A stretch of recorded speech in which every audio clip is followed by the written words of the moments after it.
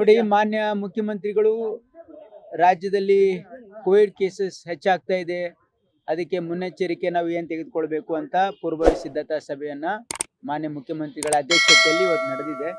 ಇದರಲ್ಲಿ ಆರೋಗ್ಯ ಸಚಿವರು ಮತ್ತು ನಾನು ಭಾಗವಹಿಸಿದ್ವಿ ಮತ್ತು ಎಲ್ಲ ಆರೋಗ್ಯ ಇಲಾಖೆಯ ಕಾರ್ಯದರ್ಶಿಗಳು, ನಮ್ಮ ಇಲಾಖೆ ಕಾರ್ಯದರ್ಶಿಗಳು ಮತ್ತು ಟಾಸ್ಕ್ ಫೋರ್ಸ್ ಕಮಿಟಿಯ ಸದಸ್ಯರು ಕೂಡ ಇದರಲ್ಲಿ ಪಾಲ್ಗೊಂಡಿದ್ದರು. ಇದರಲ್ಲಿ ಚರ್ಚೆ ಆಗಿ ಕೆಲವೊಂದು ತೀರ್ಮಾನಗಳನ್ನು ಮಾಡಿದ್ದೀವಿ. ಈಗಾಗಲೇ ಆರೋಗ್ಯ ಇಲಾಖೆ ಕೆಲವೊಂದು ಅಡ್ವೈಸರಿಯನ್ನು ರಾಜ್ಯ ಜನರಿಗೆ ಕೊಟ್ಟಿದ್ದಾರೆ. ಏನು ಅಂತಂದರೆ, ಯಾರು ಗರ್ಭಿಣಿಯರಿದ್ದಾರೆ ಅವರು ಮಾಸ್ಕ್ ಧರಿಸಬೇಕು ಪಬ್ಲಿಕ್ ಪ್ಲೇಸಸಲ್ಲಿ ಹೋದಾಗ.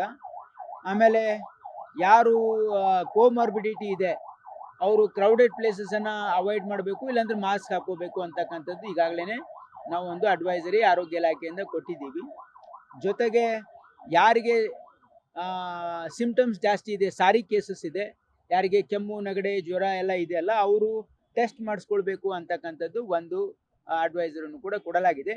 ಈಗ ಸದ್ಯಕ್ಕೆ ಜನರು ಆತಂಕ ಪಡಬೇಕಾಗಿರ್ತಕ್ಕಂಥ ಅವಶ್ಯಕತೆ ಇಲ್ಲ. ಆದರೆ ಸರ್ಕಾರ ಈ ಒಂದು ಯಾವುದೇ ಕೇಸಸ್ ಹೆಚ್ಚಾದಲ್ಲೂ ಕೂಡ ನಾವು ಅದಕ್ಕೆ ನಿಭಾಯಿಸಲಿಕ್ಕೆ ಪೂರ್ವಭಾವಿ ಸಿದ್ಧತೆಯನ್ನು ಕೂಡ ಮಾಡ್ಕೊಂಡಿದ್ದೀವಿ. ಆರೋಗ್ಯ ಇಲಾಖೆ ಮತ್ತು ವೈದ್ಯಕೀಯ ಶಿಕ್ಷಣ ಇಲಾಖೆ ನಮ್ಮ ಇಲಾಖೆಯಲ್ಲಿ ಎಲ್ಲ ನಾವು ಪೂರ್ವಭಾವಿ ಸಿದ್ಧತಾ ಸಭೆಗಳನ್ನು ಕೂಡ ಮಾಡಿದ್ದೀವಿ.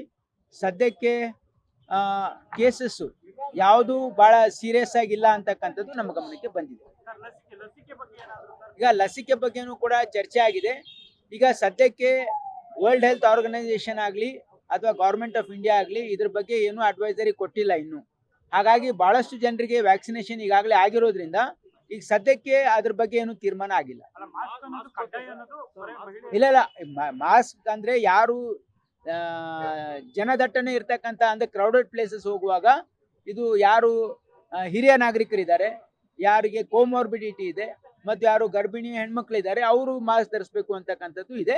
ಮತ್ತು ಈಗ ಶಾಲೆಗಳು ಪ್ರಾರಂಭ ಆಗ್ತಾ ಇರೋದ್ರಿಂದ ಅಲ್ಲಿ ಇಷ್ಟೇ ಅಡ್ವೈಸರಿ ಕೊಡ್ತಾ ಇದ್ದೀವಿ. ಏನಂದರೆ ಆರೋಗ್ಯ ಇಲಾಖೆ ಅದನ್ನು ಇಶ್ಯೂ ಮಾಡ್ತಾರೆ. ಏನಂತಂದರೆ, ಯಾರಾದರೂ ಮಕ್ಕಳಿಗೆ ನೆಗಡಿ, ಕೆಮ್ಮು, ಜ್ವರ ಆದರೆ ಅವ್ರಿಗೆ ಅವಾಯ್ಡ್ ಮಾಡಬೇಕು ಸ್ಕೂಲಿಗೆ ಬರೋದು ಅಂತಕ್ಕಂಥದ್ದು ಇಷ್ಟೇ ಈಗ ಅಡ್ವೈಸರಿ ಕೊಡ್ತಾ ಇದ್ವಿ. ಈಗ ಸದ್ಯಕ್ಕೆ